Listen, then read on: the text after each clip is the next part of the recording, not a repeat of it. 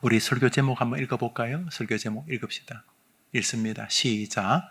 가족 구원 그 복되고 그토록. 한 번 더 시작. 실제로 있었던 일입니다. 제가 어릴 때는 정말 자주 있었습니다.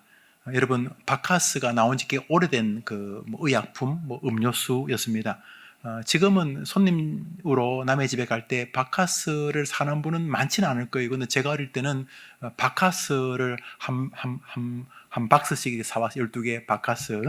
그것이 이제 손님으로 남의 집에 갔을 때 가져가는 선물 종류 하나였어요.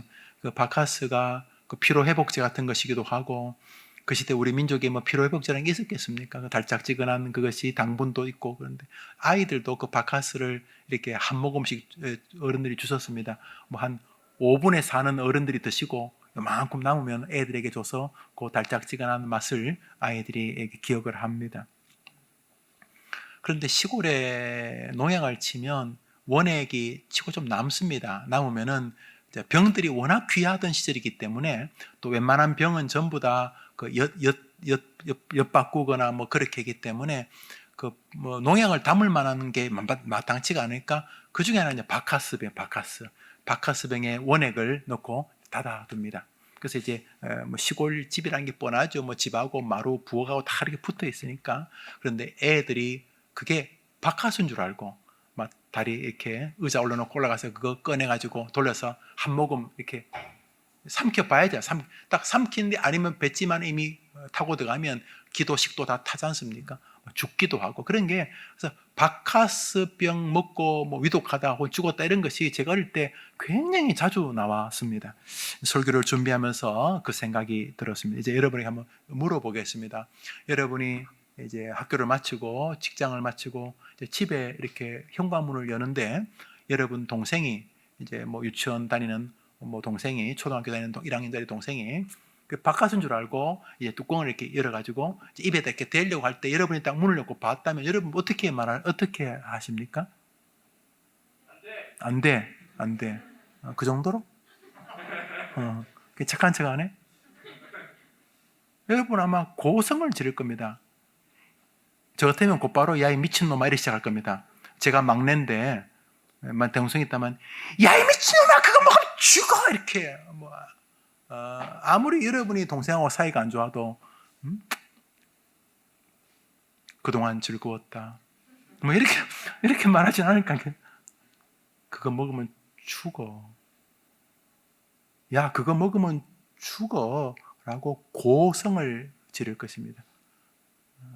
만약 할아버지가 손자가 그러고 있다면 아마 할아버지는 막 신발을 집어 던지든지 뭐라고 고성을 지를 것입니다. 아이가 입에 막 털어 넣으려고 그래요. 막 달려들어서 뱉으라고 막 고함을 지르고, 먹는 애는 별로 안 놀라는데 그 현관에서 그걸 본 가족들은 막 절규를 하지 않겠습니까? 가족이니까. 여러분 가족이 갑자기 죽어서 지옥을 간다면 여러분들은 어떤 일이 여러분 앞에 벌어져야 한다고 생각하십니까? 여러분 가족이 예수님 안 믿고 분명히 지옥 가는데, 어쩌다 지옥 가는 게 아니라 무조건 지옥을 가는데, 여러분 부모님, 여러분 사랑하는 할아버지 할머니가, 여러분 동생이, 여러분 형이, 누나가, 언니가, 오빠가 예수님 안 믿으면 지옥 아니에요. 죽으면 이제 바카스 먹고 죽는 정도가 아니라 그건 그냥 육신이 죽는 거지만 지옥을 가는데, 여러분들은 어떻게 해야 될 것 같습니까?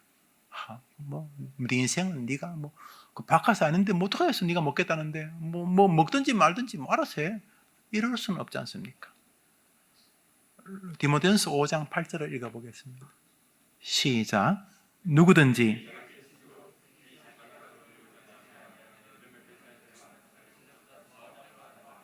가족을 잘 부양하라는 뜻으로 이 본문을 보실 분은 드물 거죠. 그런 면이 있을 수 있어요.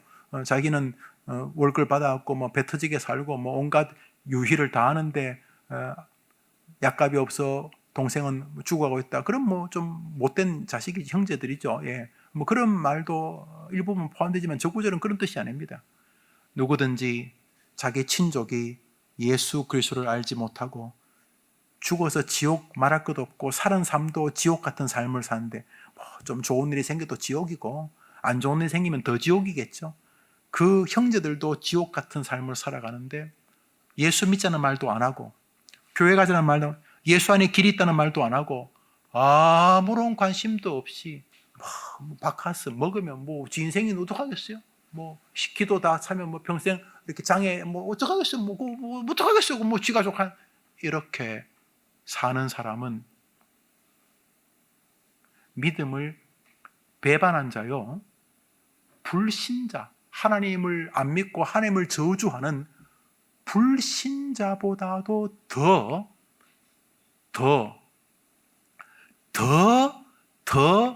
악한 자니라 이렇게 말씀하셨죠. 바카스병 말입니다. 사도 바울은 탁월한 설교자였습니다. 뭐 김용호 목사는 그 어른의 뭐 신발끈을 풀 수 있는 능력도 안 되는 뭐 비교한다는 것 자체가 말이 안 되는 그런 탁월한 주의 종이었습니다. 신약 성경을 절반이나 기록하고 있으니까요. 그런데 그가 이렇게 말합니다. 로마서 9장입니다. 읽읍시다. 로마서 9장입니다. 시작. 내게 큰 근심이 있는 것.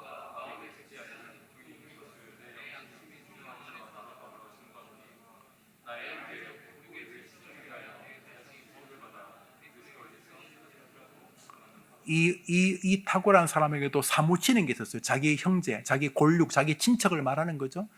그 사람이 예수님을 믿을 수만 있다면 나는 저주받아도 괜찮다. 얼마나 사무쳤으면, 얼마나 가슴에 사무쳤으면 차라리 내가 저주받는 게 낫는데 하나님 제발 나를 저주하시고 우리 할아버지, 나를 위해 정말로 지금도 눈물 흘리시는 우리 할머니 예수 믿게 해주세요.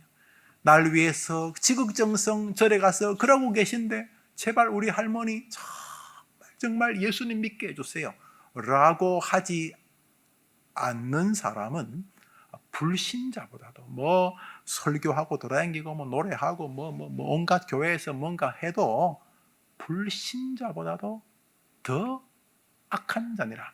그래서 바울이 불신자보다도 더 악한 사람이 될까봐 절규하면서 하나님 내게 큰 그치지 않는 괴로움이 있는데 그것은 우리 형제들이 내 가족들이 예수님을 믿고 구원에 이르는 것입니다.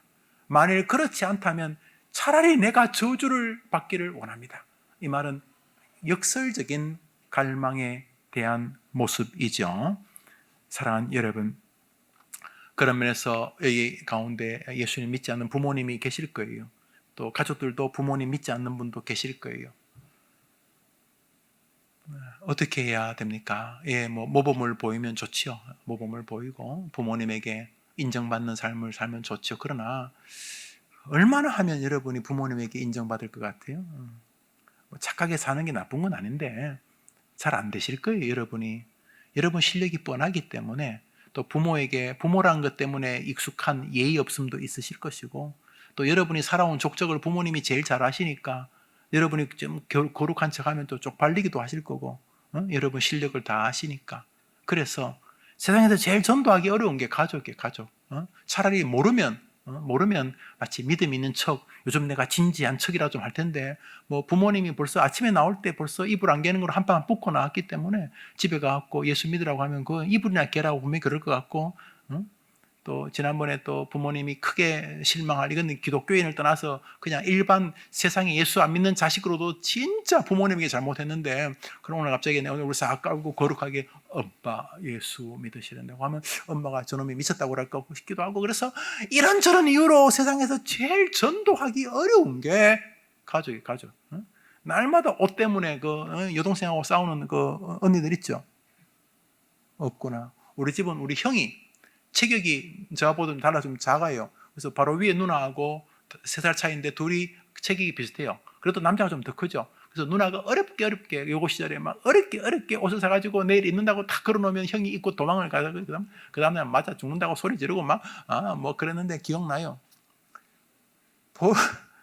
누나한테 별로 인정받지 못하던 동생이 집에 와서 거룩하게 누나 예수 믿자 그러면 내 옷이나 갖다 놔라 그러면 그러고 싸우지 않겠냐 이런 말 때문에 세상에서 제일 힘든 게 가족을 전도하는 거죠. 가족. 그러면 어떻게 가족을 전도하면 되는가? 한번 따라합시다. 어렵지만, 크게 합시다. 어렵지만 모범 보이고 착하고 정직하고 신실한 모습을 보이기를 포기하고 말로 예수 믿자고 전해야 한다. 결국이 뭐라고요? 예수 믿자고 말해야 하는 것입니다.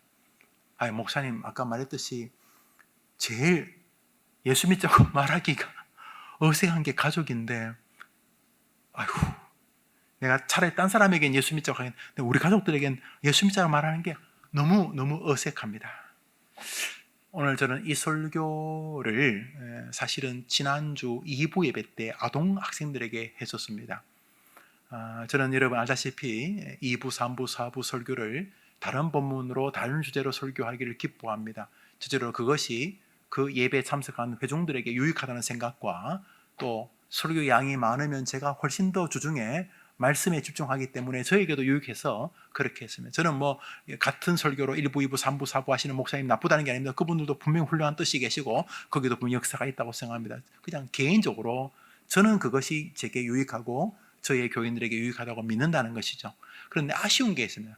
1년에 한두 번은 같은 본문과 같은 주제를 가지고 같은 시간에 같은 가족들이 같이 서로 생각할 필요가 있는 그런 주제들이 있습니다. 전도, 선교, 애국, 나라, 동성애 같은 아주 예민한 주제. 그렇지만 깊이 우리가 이 시대에 살면서 고민해야 될 그런 주제들은 같은 시간에 같은 날 같이 고민할 필요가 있다 생각. 그 중에 하나가 바로 전도와 선교적 사명입니다. 이것은 우리가 하고 싶고 하기 싫고 아무 상관이 없는 주님이 명제로 명령하신 것이, 너는 땅 끝까지 가서 내 증인이 되라.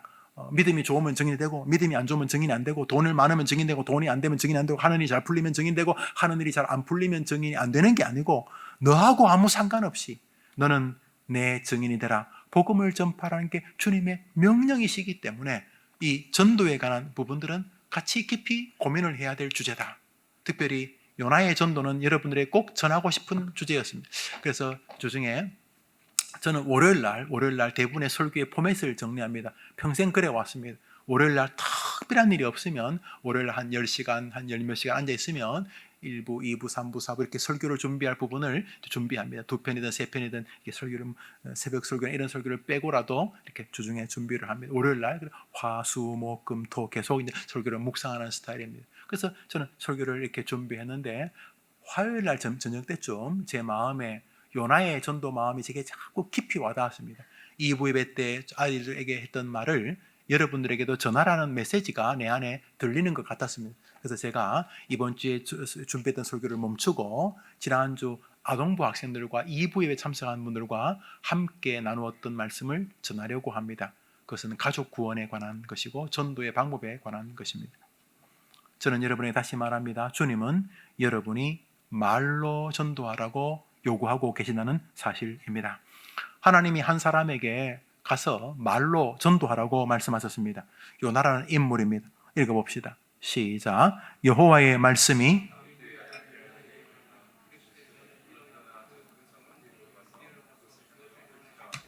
그 악독이 내 앞에 상달되었음이나 하시니라. 그러나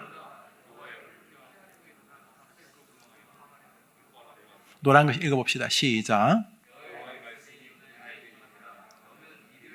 외치라. 그러나 요나가, 하나님이 요나 보고 니느웨 가서 외치라. 니느웨가 아수르라는 나라가 지금 이라크 모술 지방인데 외치라 이렇게 말했어요. 그래서 복음을 전해라. 하나님 믿으라고 외쳐라. 안 그러면 지옥 간다고 외치라. 이렇게 말했어요. 근데 가기 싫었어요. 왜냐하면 몇 가지 이유가 있는데, 첫 번째로 알량한 애국심 같은 것일 거예요. 그 아수르가 일본, 이스라엘을 괴롭힌 나라가 아수르예요. 북이스라엘을 멸망시킨 나라가 아수르예요. 정말로 괴롭혔어요. 그런데 아수르가 굉장히 잔혹한 민족이었어요. 글을 보니까 최근에 지구상에 나와 있는 거의 고문 기구의 90%가 아수르산.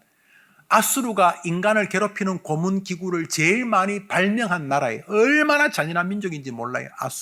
아수르가 니느웨가 수도인데 아수르의 수도가 니느웨였어요. 그 아수르는 이스라엘 얼마나 괴롭혔어요. 얼마나. 그래서 니느웨가 아수르 그러면 아주 학을 띄었어요. 아이고 저 인간들은 죽었네. 그런데 하나님이 자기 보고 가서 복음을 전파해서 예수 믿게 하고 구원받게 하고. 아니 저게 구원받으면 돼. 저런 건 지옥 가야지. 저런 인간은 지옥 가야지. 그 두 번째로 두려웠을 거예요. 생각해 보세요. 너 저 이스라엘 사람 아니냐? 지금도 이스라엘 사람 죽이잖아요. 옛날에 그 어딥니까? 그 분당 샘물교회 목사님 앞에 머시기 목사님하고 정원들이 갔다가 목 베이고 죽임 당한 곳이 어딥니까? 그게 두려운 곳이 가면 죽을 수 있는데 아니 괜히 갔다가 죽으면 되겠어요? 요나님이 알려진 사람인데 요나가요 북이스라엘 이렇게 옛날에 여로보암 2세 여로보암 2세가 광개토왕 같은 사람이에요.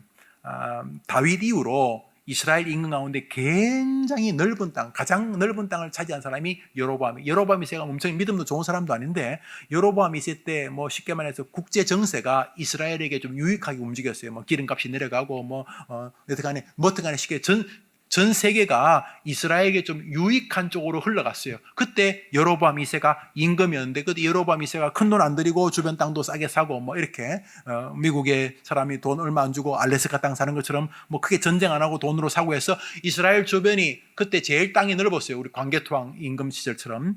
그때 궁궐 목사가 요나였어요. 요나가 늘 앉으면 뭐 대통령하고 맞짱 뜨고 대통령 임금님 목사님 오셨습니까 하면서 요나가 그 궁중 목사 꽤 유명한 목사예요. 그런데 하나님이 갑자기 자기 보고 자기는 늘 궁궐에 있어야 되는데 그 니느웨에 가라니까 말이 됩니까? 갔다가 죽을 수도 있고 해서 이런저런 이유로 안 갔어요. 또 한 가지는 사람들한테 친일파로 몰릴까 봐. 너가 니느웨 사람들을 구원하러 간다고 네가 사실은 친일파 아니냐 뭐 이러면서 또 그런 사람들에게 조롱받아. 이런저런 이유로 요나가 그냥 안 갔어요. 뭐 딴 사람이 하겠지 말하면서 요나가 니느웨로 가라는 말을 포기하고 다시스로 지금의 스페인 그 시대 활락가로 도망을 가 버리게 됩니다. 그 이유 여러분 잘 아시죠? 요나가 담배가 풍랑을 맞고 요나의 담배 때문에 요나인 사람들도 다 절단이 나고 그래서 제비를 뽑고 요나가 걸리고 그 불신자들이 너 뭐냐 그랬더니 사실은 내가 하나님 피해서 도망 다닌다 그러고 막 이래가지고 뒤죽박죽이 되고 결국 요나가 바다에 재물로 심청이처럼 던져지고 바다에 던져지니까 파도가 잠잠해지고 또 배인 사람들은 다 하나님 믿게 되고 또 요나는 물고기 뱃속에 들어갔다가 거기서 회개하고 하나님께서 또 물고기를 치시니까 물고기가 뭐 뱃속에서 뭐 소화가 안 됐는지 이 요나를 다시 토해놓고 요나가 또 그 해변가에서 토해져 가지고 결국 니느웨까지 도착을 하게 됩니다. 소설 같은 이야기죠. 사실은 소설 같은 이야기죠. 이거 요나서를 보면서 이게 지금 소설 아닌가? 느낌이 오죠, 그죠? 이게 이게 신밧드의 모험도 아니고 이게 사실이겠나? 이런 생각이 들죠, 요나. 그 요나가 물고기 뱃속에 들어가서 그것도 웃기고 또 뱃속에서 뭐 회개해서 물고기가 토했는데 또 물고기가 태평양에서 토하면 죽었을 텐데 또 해변가에서 토했으니까 또 해변가에 헤엄쳐가지고 또 나와가지고 니느웨 갔다 뭐 이것도 다 소설 같기도 하고 뭐 그래요. 여튼간에 요나가 일단은 성경에 의하면 그랬다는 거예요. 그래서 니느웨에 도착을 했어요. 니느웨에 도착했는데 이것도 니느웨에 가서 설교 안 하면 또 하나님이 뭐 심판하실 것 같고 그러니까 겁이 나가지고 설교하러 가긴 갑니다. 가긴 가는데요. 참 마음이 껄쩍지근합니다. 요나서 3장 요나가 설교하는 장면입니다. 읽읍시다. 시작. 요나가 여호와의 말씀대로 일어나서 니느웨로 가니라. 니느웨는 사흘 동안 걸을 만큼 하나님 앞에 큰 성읍이더라.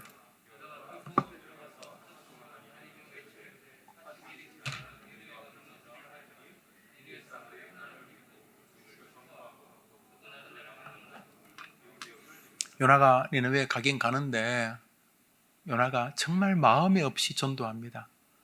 노란 글씨만 읽어볼까요? 시작. 요나가 사흘 동안 걸을 만큼 큰 성읍이더라. 하루 동안 다니며 외쳐.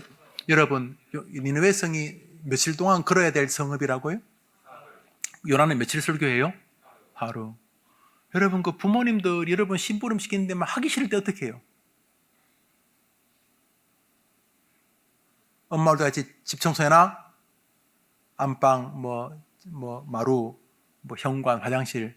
그런데 왜 나만 시켜? 오빠는 놀고 막 이러면서 성질이 팍 나는데 안 그래도 또 오면 엄마가 또 막 쏟아놓고 특별히 내 용돈에 문제가 생길 것 같기도 하고 그래서 엄마 오기 10분 전에 청소합니다. 어디? 현관. 오직 현관만 청소합니다. 엄마가 현관을 보고 와! 딴 데는 다 안 했어. 그러면 뭐 하는 거냐? 그러면 이제 싸우기 시작합니다. 청소하랬잖아! 했잖아. 어디 총수했어? 현관 봐. 이거예요. 요나가 지금 사흘 동안 다녀서 전도해야 될 도시에 하루만 한 거예요. 안 할 수는 없고 하기는 싫고. 그래서 안 봐도 비디오입니다. 영혼 구원하기 위해서 막 그렇게 설교한 게 아니고, 그렇게 전도하는 게 아니고, 주보 이래 주면서, 예수 믿으세요? 그러면 안 받으면 싫으면 말고, 아저씨 예수 믿으세요? 막 사람이 주보 막 내 앞에서 구기면서 막 던지면서, 야, 이 시대 지금 이런 시대에 교회 가자고 해. 그러면 그때부터 안 그래도 성질을, 야, 이 자식아, 안 오면 그만이지 왜 그래? 이러면서 막, 그러면 사람 놀라가지고, 아니, 그 따위로 하면 전도 되겠어? 야, 너 같은 거 안 해도 돼! 이러면서 막, 이게 뭐 전도, 말은 전도지만 이 전도가 아니야. 그냥, 이게 그냥, 이게 뭐 하자는 건지 모를 만큼 지금 막 분한 상태로 지금 하고 있는 거예요, 요나가. 사흘 동안 다니면서 해야 될 전도를 하루 면피용 안 할 수는 없고 했다고 말은 해야 되고 하니까 예수 믿으세요. 싫으면 말고. 싫으면 오지 마세요. 싫으면 말고. 사실 교회 재미없어요. 오지 마세요. 뭐 이러면서 그렇게 전도를 한 거예요. 근데 문제는 그렇게 전도를 했는데 니느웨 사람들이 요나의 그 되도 않는 전도를 듣고 금식을 선포하고 굵은 베옷을 장례식 때 입는 건데 회개하고 심지어 임금까지 그 소식을 듣고 보좌에서 내려와서 뭐 죄를 덮어 쓰면서 회개하고 니느웨 전체에 1907년 평양에 있었던 것처럼 대부흥이 조나단 에드워드 미국에 있었던 포스트 그레이트 어웨이큰 1차 대각성 운동이 벌어져 버린 거예요. 너무너무 뭐 말이 안 되는 요나가 이거 뭐 전혀 마음에도 없는 이 전도를 통해서 사람들이 하나님께로 돌아오게 된 거예요. 1845년 프랑스 고고학자들을 중심으로 성경에 나오는 니느웨가 어딘지를 찾습니다. 웬만한 것은 다 있는데 니느웨가 그때까지 발견되지 않았기 때문에 그래서 땅을 파다 보니까 지하 2m의 큰 도시가 발견이 됩니다. 그리고 그 주변을 파보니까 너무 놀라운 도시가 있는데 거기 에살핫돈 궁전이라는 게 발견됩니다. 성경에 나오죠. 사네립의 아들이죠. 에살핫돈. 성경에 나오는 에살핫돈 궁전. 굉장히 큰 도시가 발견되고 왕궁이 발견돼요. 왕궁, 에살핫돈 왕궁. 그런데 에살핫돈 왕궁 중앙에 이스라엘의 선지자 요나의 묘라고 하는 무덤이 발견됩니다. 2016년도까지 있었습니다. IS, 이슬람 국가라고 하는 테러 단체가 요나의 무덤을 파괴하는 장면도 유튜브에 찍어놨어요. 그 전까지, 지금부터 5년 전까지, 14년인가 16년인가 5년 혹은 7년 전까지 요나의 무덤이 있었습니다. 무슨 말입니까? 기원전 7, 8세기경에 지금부터 3000년 전에 요나라는 사람이 니느웨 사람들에게 영웅이었던 것입니다. 기록에 의하면 그 시절 니느웨에 큰 역병이 돌았다고 합니다. 역병이 다 죽어가고 있을 때 선지자 요나가 와서 회개하라고 말한 것입니다. 그것도 죽기를 바라고 그냥 예수 믿으라고 싫으면 말고 그랬는데 요나의 설교가 그 민족을 다시 구원하고 역병이 멈췄던 것 같습니다. 그래서 니느웨 임금과 온 국민들이 요나를 마음의 영웅으로 알고 있습니다. 요나가 죽었을 때 이스라엘에게 부탁해서 요나의 시신을 가져와 자기들의 궁궐 중앙에 세웠던 것입니다. 여러분, 요나의 묘가 2016년까지 있었습니다. 지금도 자료 보면 요나의 묘가 있습니다. IS가 박살냈으니까. 그런데 다시 이라크가 IS를 몰아내고 요나의 묘를 다시 찾았다는 기사도 제가 봤습니다. 요나의 묘, 이스라엘 선지자 요나의 묘가 니느웨, 지금도 니느웨라고 하는 그 이라크 북쪽 모술 지방에 있습니다. 세계적인 유물이지만 그 몹쓸 놈들이 파괴해버렸죠. 파괴하는 장면이 나오면 파괴하고 막 박수치고 좋아합니다. 요나의 묘를 파괴했다고. 요나서가 뻥이라고요? 요나서가 거짓말이라고요? 여러분, 이라크에는 1200만 명의 기독교인이 있었습니다. 지금 한 35만 명 정도 남았고요. 이라크에 1200만 명의 기독교인이 있었습니다. 1200만 명의 기독교인이 하나님이 요나를 통해 하나님을 알게 해 주셨던 것입니다. 이디오피아의 아프리카 대부분이 이슬람 국가지만 이디오피아의 기독교인이 50% 가까이 됩니다. 빌립이라고 하는 초대교회 안수 집사님을 통해 이디오피아의 장관이 예수를 믿는 장면이 나옵니다. 2000년 동안 이디오피아에 복음이 전파된 것입니다. 사람들이 성경이 뻥이라고 하고 싶어 합니다. 상상의 산물이라고 생각합니다. 요나의 무덤이 발견되었습니다. 그것도 아수르 사람들의 왕궁에서 이스라엘 선지자 요나의 묘라는 비석과 함께 말입니다. 예수님이 직접 요나의 일이 실제였음을 자신의 사역을 드러내시면서 말씀하셨습니다. 누가복음 11장입니다. 읽읍시다. 시작. 심판때에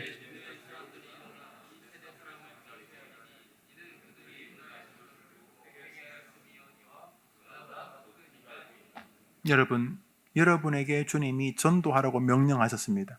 주님의 유언이십니다. 여러분이 얼마나 전도를 잘하느냐는 별로 중요하지 않습니다.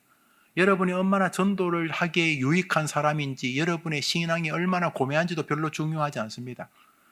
여러분이 전도하는 것은 전도하라는 주님의 명령에 순종하는 결과일 뿐입니다. 다시 말해, 여러분이 탁월한 게 아니고 나는 전도라는 미련한 방식으로 사람을 구원하겠다는 하나님의 의지가 중요한 것입니다. 그러므로 여러분이 전도하면 영혼 구원이 벌어집니다. 그 첫 번째 대상이 여러분의 가족이어야 한다는 것입니다. 웨스트민스터 대우리 문답 155번입니다. 제가 읽겠습니다. 여러분이 답해 보십시오. 말씀이 어떻게 구원에 유효하게 되는가?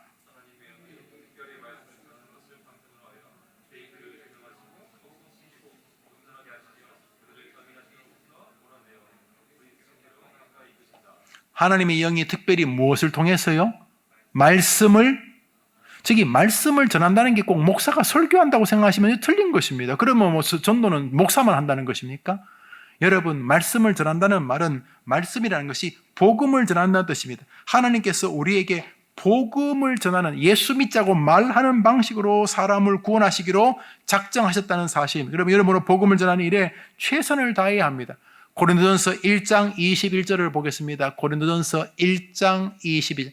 고린도전서 1장 22절 읽읍시다. 시작. 하나님의 지혜에 있어서는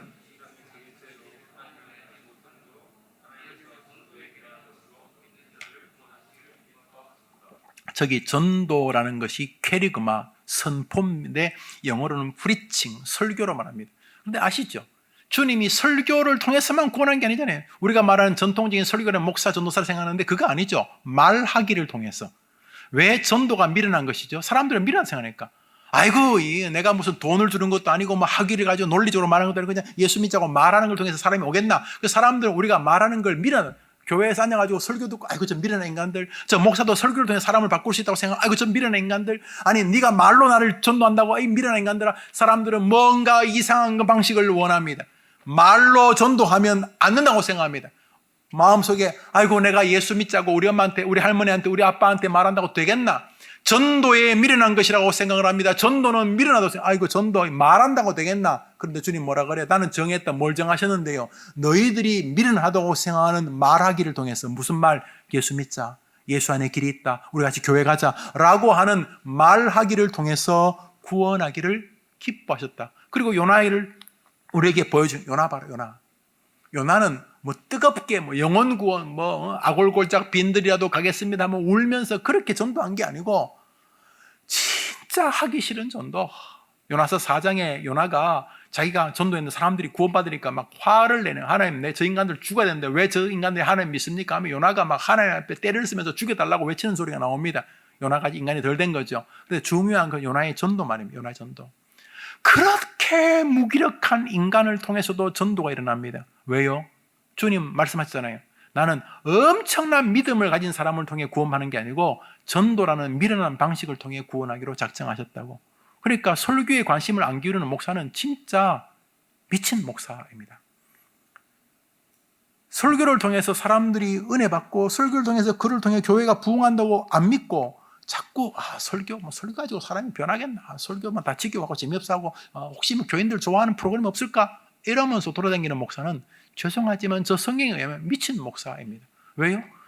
설교 사실 전도라는 것을 뭐 로이 존스는 선포라고 설교라고 아주 강하게 말하는데, 우리는 폴핏 이 강단 설교자고, 여러분들은 레이 프리처, 여러분 삶에서 설교자고, 다 똑같은 설교잖아요. 이게 만인 제사상 아닙니까? 근데 주님은 분명한 것은 전도의 설교라고는 굉장히 답답하고, 이건 여러분 설교는 재미없잖아요. 재미있는 게 뭐예요? 여러분 예배 시간에 제일 재미있는 게 뭐예요?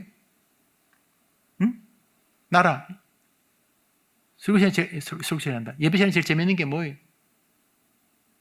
설교? 저도 그랬어요. 저처럼 교회에서 이렇게 자란 사람은 예배 시간 자체가 힘들지만 그중에 제일 힘든 건 설교. 물론 찬송도 힘들 때가 있었어요. 특별히 5절 부를 때 5절. 와, 사회 하시는 분이 5절 찬송 부를 때 막 가슴이 무너지는데, 그분 은혜 받았다고 한 번 더 부를 땐 정말 막 너무 힘겨웠어. 자기 은혜 받으면 막 2번, 3번 부르는 사람 있잖아요. 그런 건 제가 은혜 받으니까요, 와, 예배 드린 게 너무 행복했어요. 여러분도 그러시기를 바래요. 그런데 주님 뭐라 그래요? 전도의 미련, 설교회라는 굉장히 미련한 방식으로 사람을 구원하기를 원하신다. 여러분 부모님에게 가서 예수 믿자고 말하셔야 돼요. 모범적으로 살면 더 좋겠죠. 그러나 여러분이 모범적으로 산다고 예수 믿는 건 아니에요. 여러분이 착실하면 좋죠. 착실하다 좋은 거죠. 그러나 착실하다고 예수를 믿는 거 아니에요. 여러분이 부모님을 예수 믿게 하고 싶으면 말해야 돼요. 엄마, 정말 엄마 보기에 부족하지만 엄마 진짜 내 마음에 한 가지 소원이 있어요. 뭔데? 엄마 나랑 같이 교회 가요. 야, 나는 되도록 절에 드린 공이 얼마인데 내가 절에다 네 이름으로 연등을 내가 100만 원짜리를 몇 개 들었는데 도저히 내가 부처님 배신할 수 없다. 아니요, 진짜 부처님 배신하는 게 아니고 진짜 하나님을 붙잡는 게 인생이에요. 이러면서 끊임없이 부모님에게 예수님을 증거하는 게 뭐예요? 말. 힘들지만 말을 믿으세요. 여러분의 그 정성을 믿으라는 거 아니에요. 여러분이 말하는 노력을 믿으라는 것도 아니에요. 여러분의 어떤 지극한 어떤 애씀을 믿으라는 것도 아니에요. 말을 통해서 사람을 구원하기를 원하신다는 하나님의 이 성경을 믿으라는 거예요. 이 성경을. 그래서 여러분이 기분이 좋으면 더 힘있게 전도하겠지만, 기분이 나빠도 예수님을 전하는데 아무런 문제가 없어요. 그러면 그럼 나한테 뭐가 떨어지나? 우리 계산이잖아. 내가 이렇게 열심히 전도하면 나에게 무슨 일이 벌어지는가? 다니엘서 12장 3절을 봅시다. 이거 정말 멋진 구절이에요. 시작. 지혜 있는 자는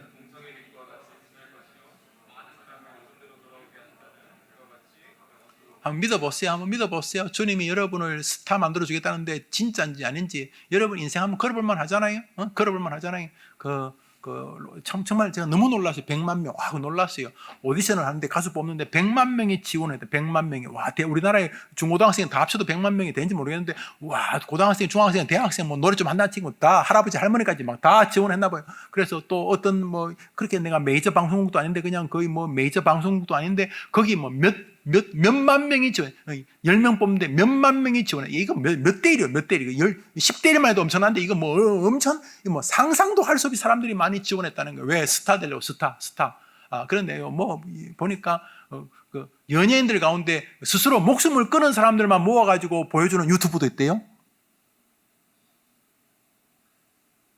괜히 알려줬나? 별의별 유튜버가 다 있어요. 들어보니까 죽은 사람 이야기만 해요. 그 사람은 어떻게 죽었고, 이렇게 약간 비하인드 스토리 이렇게 하면 참 많이 죽었더라고요.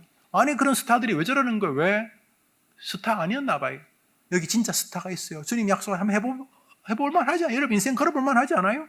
하나님이 스타를 만들어주겠다는데, 무슨 하나님 너무 거룩하게 그러지 말고 한번 믿어보세요. 뭐요? 많은 사람을 옳은 대로 돌아오게 하는 자. 옳은 게 예수님부터 옳은 게 있어요. 내가 곧 길이요 진리 트루 옳다. 내가 옳은 곳이야. 내가 옳은 길이다. 예수님. 누구든지 예수님께로 돌아오게 하는 사람은 하늘의 별과 같이 빛나게 해주겠다.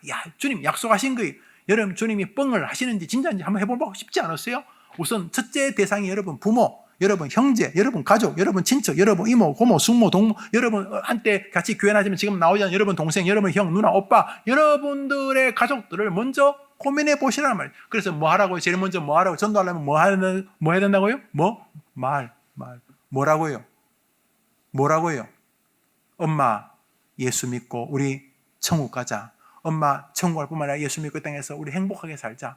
예수님께 도와달라고 해봐. 예수님 살아계셔. 예수님 우리와 함께 하셔. 나도 기도하고 있으니까 엄마도 함께 예수님께서 나와 기도하고, 엄마 나를 위해서 기도해줘. 엄마 진짜 나도 기도한다. 이상한 신한데 기도한다. 그러지 말고 엄마 진짜 신중의 신이신 하나님께 기도해줘. 엄마 부탁해. 끊임없이 엄마 아빠 가족들에게 예수님을 믿자고 전하는 사람. 그래서 그 말을 전하는 사람에게 주님 뭐라 그래요? 별처럼 빛나게 해주시겠다 그랬어요. 행복을 원하죠. 말씀을 맺습니다. 진짜 행복을 원하죠. 오늘도 행복을 찾기 위해서 인생을 걸죠. 여기 사랑의 행복이 있나 싶어서 그 사람 쫓아다니죠. 여기 행복이 있나 돈을 쫓아다니죠. 여기 행복이 있나 오늘도 끊임없이 머리 쓰면서 글 쓰고 논문 쓰고 있죠. 여기 행복이 있나 직장을 찾고 다니죠. 오늘도 행복 오늘도 행복. 심지어 행복이 있을까 봐 마약도 하고 행복이 있을까 봐 뭔가 해보지 않습니까? 행복하신가요? 여기 주님 행복한 길이 있다고 약속합니다. 하나님이 말씀하시니 뭔가 우리 로마서 10장 읽읍시다. 읽습니다. 마지막 성경입니다. 로마서 10장입니다. 읽읍시다. 시작.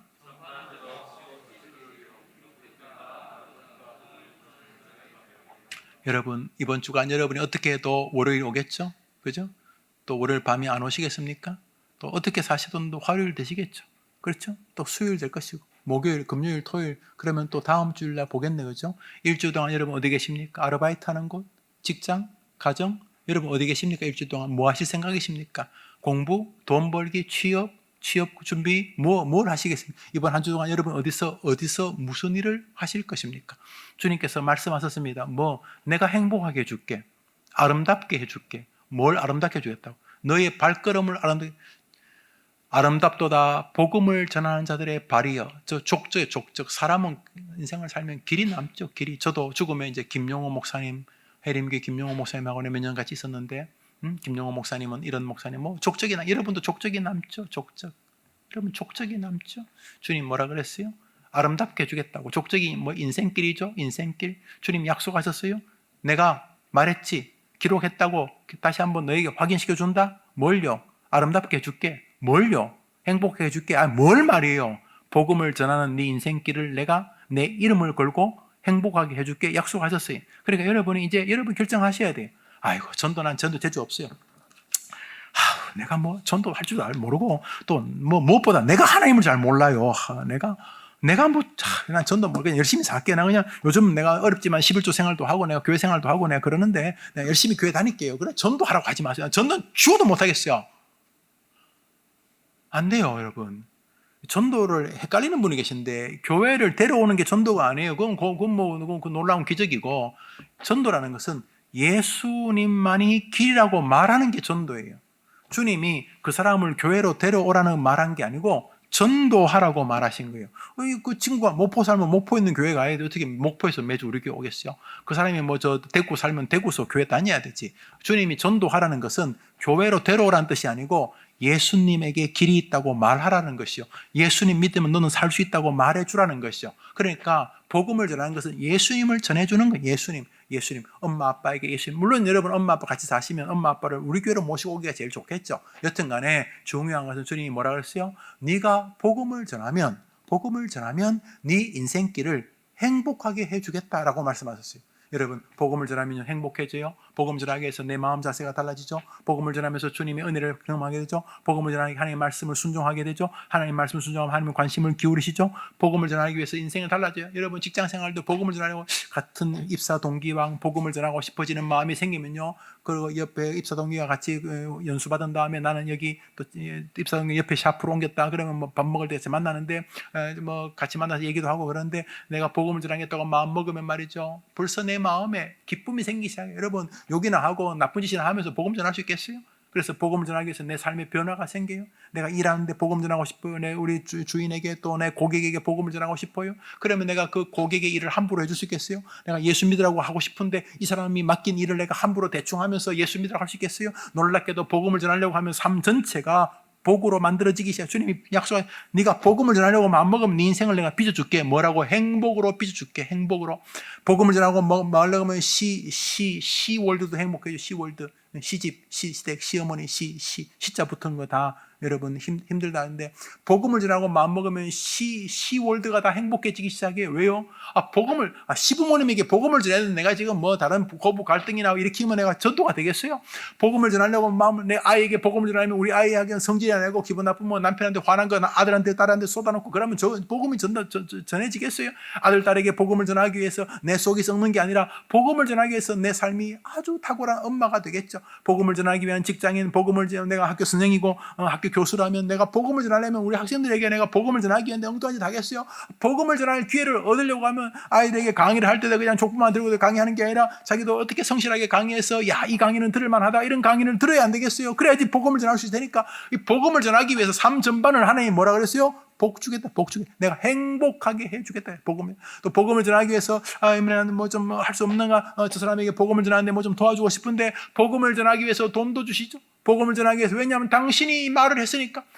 우리도 뱉은 말을 웬만하면 지키려고 하는데 하나님이 뱉은 말을 안 지키겠어요? 아름답도다 뭘요? 행복하도다 뭐가요? 복음을 전하는 인생의 발은 내가 행복하게 해줄 것이다. 그래서 안 하잖아요. 왜 안 해요? 사단이 살아있어 안 해요. 사단이. 하나님이 계속 말하지만 한쪽 구석에 사단이 야 무슨 복음은 야 네가 무슨 목사인 줄 아냐? 야 네 주제에 네가 지금 네가 한 일을 내가 다 안다. 지난 여름에 여러분이 무슨 짓 했는 거 내가 다 안다. 뭐 이러면서 사단이 계속 우리를 꼬드기죠. 야 네가 복음을 전하면 걔가 전하겠다 그러고 뭐 이러면서 복음 전할 마음을 자꾸 깔아앉히는 거예요. 그리고 엄마 아빠에게 예수 믿자고 말하고 싶은 마음이 들다가도 엄마 아빠가 아이고 꼴값을 하세요. 야 네가 복음 네나 교회 잘 되냐? 난 네가 다니는 교회가 늘 의심스럽다. 어떻게 그 교회는 네 같은 인간이 교인이냐? 막 이런 소리 또 엄마가 할까봐 괜히 또 이 긁어 부스럼 만들기 싫어가지고 그냥 복음을 안 전하고 또 아빠에게 복음 전하자. 아빠는 뭐 술 고래신데 뭐 술 거의 중독 수준이신데 내가 예수 믿자 그러면 괜히 아빠가 또 헛소리한다 그러시기도 하고 분위기도 이상하게 해주고 요즘 뭐 용돈도 좀 올려주시고 사이가 좋아졌는데 갑자기 또 복음을 전하다 보면 또 갑자기 썰렁해지고 뭐 이러면 괜히 어색해지고 또 복음 전하면 뭐 너희 고모는 예수님을 믿어가지고 집을 나갔고 뭐 이런 또 옛날 얘기도 다 나오고 그럴까봐 그냥 복음을 전하지 말자. 결론. 근데 그게요. 복음을 전하는 하나님의 말씀을 정확히 깨달은 사단이 부추기는 거예요. 사단이 우리를 지옥으로 못 보내요. 예수 믿는 우리를 어떻게 지가 지옥으로 보내요? 그러시나 그러나 거의 지옥같이 살 수 있어요. 만들 수 있어요. 무기력하게, 무능력하게. 요업에게 그랬던 것처럼. 요업의 생명은 건드지 말고 네 맘대로 하라. 진짜 네 맘대로 하는 네 맘대로. 완전히 네 맘대로 하는 여러분 그래서 여러분 날마다 투쟁적이에요. 투쟁. 오늘도 출근할 때 오늘 저 과장님, 부장님, 동기들에게 어떻게 복음을 전할까? 어떻게 복음을 전할까? 어떻게 오늘 저 사람이 가다 교통사고로 죽으면 내게 핏값을 물을 텐데 주님이 내게 붙여주신 주님이 내게 붙여주신 사람인데 저 사람이 오늘 갑자기 죽으면 내가 핏값을 주님 나한테 물으실 텐데 어떡하지? 이런 마음을 가지고 여러분 복음을 전할 제일 먼저 해야 될 사람이 여러분의 가족이다. 여러분의 가족이다. 주님은 복음을 전하지 않는 가족은 불신자보다도 더 악한 자니라 그랬어요. 여러분이 아직 예수님 믿지 않는 할머니 계시면 할아버지 계시면 오늘 해가 지기 전에 한번 전화 한 통 드리면 어떨까요? 할머니 저예요. 아이고 네가 웬일이냐. 할머니 보고 싶어요. 죄송해요. 자주 못 봐서 죄송해요. 못 내요. 죄송해요. 할머니 이번에 한번 시간 내볼게요. 할머니 한 가지 부탁을 좀 드리고 싶었어요. 소원이 있어요. 그래 아이고 내 새끼 그래 소원이 뭐냐. 할머니 지금까지 절에 다니셨잖아요. 그래 또 뭐 그래서 내가 늘 날만 널 위해 기도한다. 할머니 꼭 한입만 부탁하고 싶어. 할머니 진짜 부탁해서 뭔데 할머니 진짜 저를 위해서 이제는 하나님께 기도해 주세요. 아이고 그래 저 불교는 또 거의 그 다원주의이기 때문에 그래 너 하나님께도 기도할게 이러시거든요. 할머니 그러지 말고 하나님께만 기도해야 돼요. 그러면 할머니가 야야 사람이 의리를 지켜야지 나는 부처님 배신 못한다 이러면 그때부터 이제 할머니 하면서 여러분이 할머니가 정말 예수님 믿기를 바라는 마음이 말로 전달돼요. 말로. 여러분이 설득하면 좋겠지만 여러분이나 저나 그런 재주가 없어요. 사람이 굉장히 강해가지고 초등학교밖에 안 나온 사람도 예수를 안 믿을 100가지 이유가 있어요. 대학원 교수님도 예수를 믿으려고 하면 예수 믿을 10,000가지 이유가 있지만 예수를 안 믿으려고 하면 자기가 배운 자기가 읽은 글자 수만큼 예수 안 믿을 논리를 가지고 있어요. 안 돼요. 그래서 주님 뭐라 그래요? 지혜로 가지 마라. 지혜로. 지식으로 뭐 너의 능숙한 달변 뭐 신앙 경험 그런 소리 하지 말고 예수를 믿으라고 말하는 내 말을 순종해라. 그래서 날마다 할머니 그래 잘 지냈니? 할머니 부탁 있어요. 또 교회 가라고. 할머니 할머니 천국에서 못 만나면 나 못 살아요. 할머니 야야 나도 극락 간다 걱정하지 마라. 할머니 그 뻥이에요 뻥이에요 뻥이에요. 남의 종교 요가 맞는다. 요가는 거 아니고 예수님만이 구원자라 그래서 할머니 제발 할머니 할머니. 여러분이 계속 예수 믿자고 말해야 됩니다. 그리고 하나님을 믿으셔야 합니다. 여러분 친구들 옆에 있겠죠. 여러분 이번 한 주간 그 친구에게 여러분이 할 수 있는 최선을 다해서 예수님을 전하셔야 합니다. 그러면 이번 한 주 동안 하나님이 여러분의 발걸음과 함께 하시는 것을 보시게 될 것입니다. 주님 거짓말할 리가 없으니까. 놀랍게도 복음을 전하려고 하는 사람은 삶은 자꾸 재편해 주십니다. 가족들에게 여러분이 선교사로 서 있음을 잊지 않게 되기를 바랍니다. 지난 주간에 요나의 전도에 대해서 이렇게 설교했습니다. 요나는 별로 마음에도 없이 할 수 없이 하나님이 말하라고 했는데 말했더니 전도가 되었다는 것입니다. 여러분, 여러분의 가족은 여러분이 요나입니다. 여러분은 요나보다 더 위대할 능력을 만들어낼 수 있습니다. 요나는 별로 마음에도 없이 전도했지만 여러분은 여러분이 사랑하는 사람들이 구원받기를 원하시며 전도할 것이기 때문입니다. 아이고 교회 평안 은혜를 받으러 왔는데 또 전도하라는 말이네.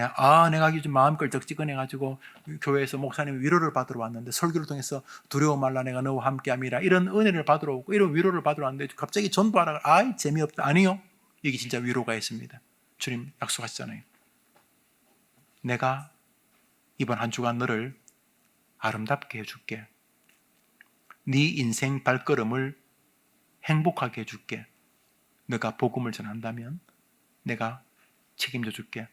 이보다 더 큰 평강의 메시지가 어디 있습니까? 그러면서 이번 주 한 주는 여러분의 또 전쟁터입니다. 하나님이 전도의 미련한 방식으로 사람을 구원하기로 작정하셨고 나를 이 한 주에 내 주변의 사람들에게 요나로 세우셨다는 마음을 가지고 그렇게 사시거나 전도는 무슨 전도 하시면서 내 신앙 내가 지킨다 이런 유로 여러분이 그저 교회는 떠나지는 않겠죠. 그렇게 한 주간 살아가시거나 여러분은 똑같이 24시간씩 7일을 지나게 될 것입니다. 그리고 7일 뒤에 이 자리에 다시 오셨을 때 여러분 가운데 두 그룹이 확연하게 드러나게 될 것입니다. 하나는 행복한 한 주를 보낸 성도들과 하나님이 도와주신 성도들과 한 주 동안 행복과 너무나 멀리 있었던 굳이 스스로 자위를 한다면 열심히 살았다고 말을 할지 모르겠습니다만 원래 삶의 목적이 그게 아니까 열심히 산 것도 아니겠지만 그렇게 한 주를 산 두 그룹이 있게 될 것입니다. 여러분 이번 한 주 한번 지혜를 발휘해 보시면 어떻겠습니까? 지혜를 아름답도다 복음을 전하는 자들의 발이여 그 길 말입니다. 여러분들을 축복합니다. 기도하겠습니다. 자비로우신 주님, 우리 모든 청년들에게 은혜를 더하여 주옵시되 특별히 본인 사랑하는 이들, 가족들, 형제들, 친척들, 친인척들, 친구들에게 자신이 요나라는 사실을 기억하게 하옵소서.